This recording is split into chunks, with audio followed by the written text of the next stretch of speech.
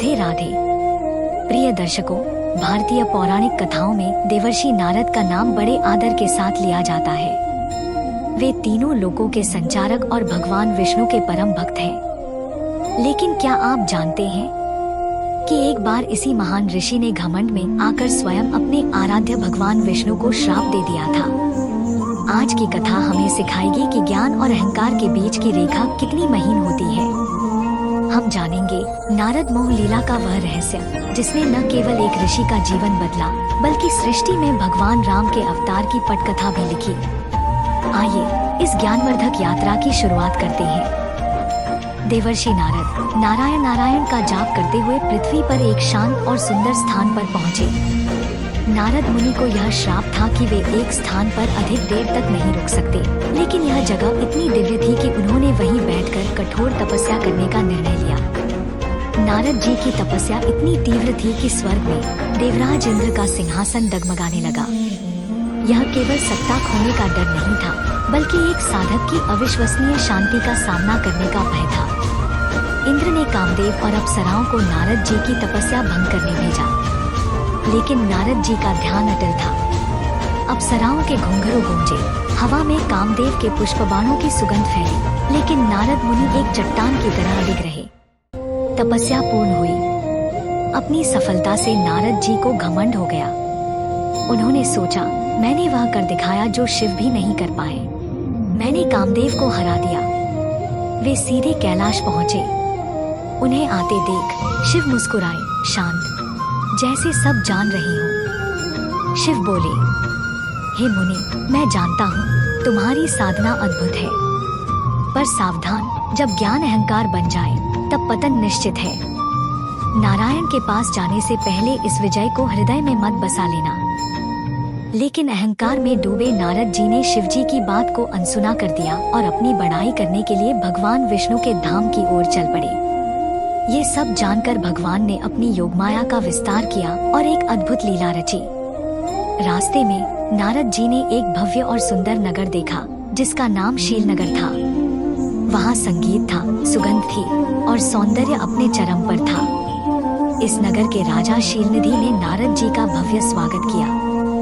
राजा की पुत्री विश्वमोहिनी अद्वितीय रूपवान थी। राजा ने कहा, हे देवर्षि, मेरी पुत्री विश्वमोहिनी विवाह योग्य है। उसकी हस्तरेखा देखकर आशीर्वाद दे। ब्रह्मचारी नारद, जो अब तक अहंकार के नशे में थे, पहली बार माया के भौतिक जाल में फंसे।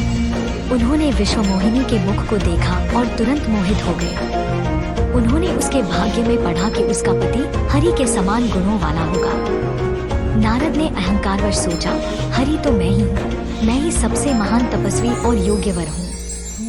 पर उन्हें लगा कि एक साधारण मुनि के रूप में राजकुमारी उन्हें नहीं चुनेगी।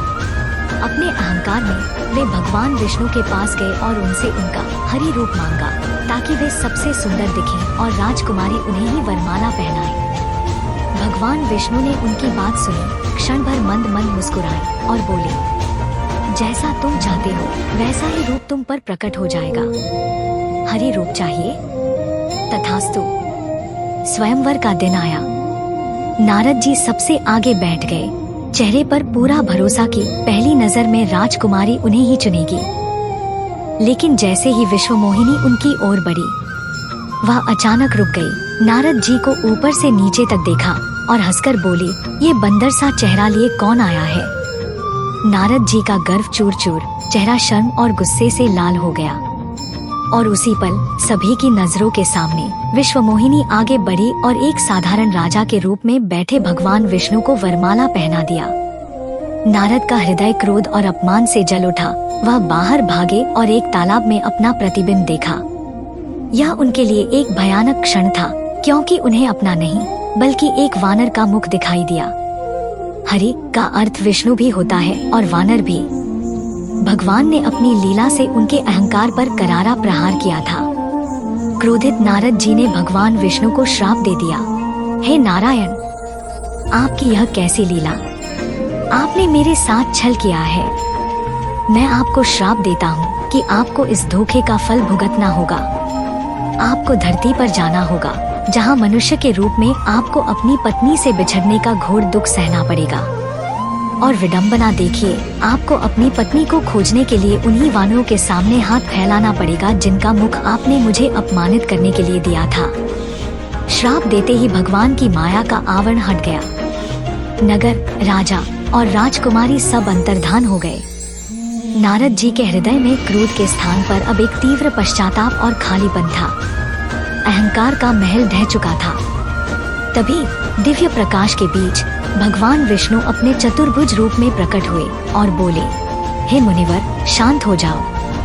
यह तुम्हारा श्राप नहीं, बल्कि मेरी पूर्व नियोजित महालीला का एक आवश्यक अध्याय था। अहंकार ही वह चिंगारी है जिससे सृष्टि में परिवर्तन की अग्नि प्रज्वलित होती है। तुम्हारे दिए गए इन वचनों के कारण ही मैं पृथ्वी पर राम के रूप में अवतार लूंगा।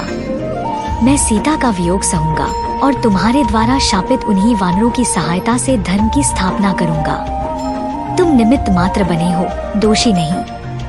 भगवान के इन शब्दों को सुनकर नारद मुनि का सिर स्वयं ही झुक गया।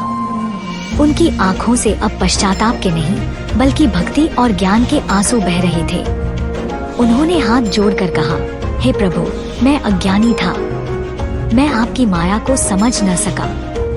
आपने मुझे सिखा दिया कि ज्ञान बड़ा नहीं होता, विनम्रता उसे बड़ा बनाती है। यही इस कथा का सार है।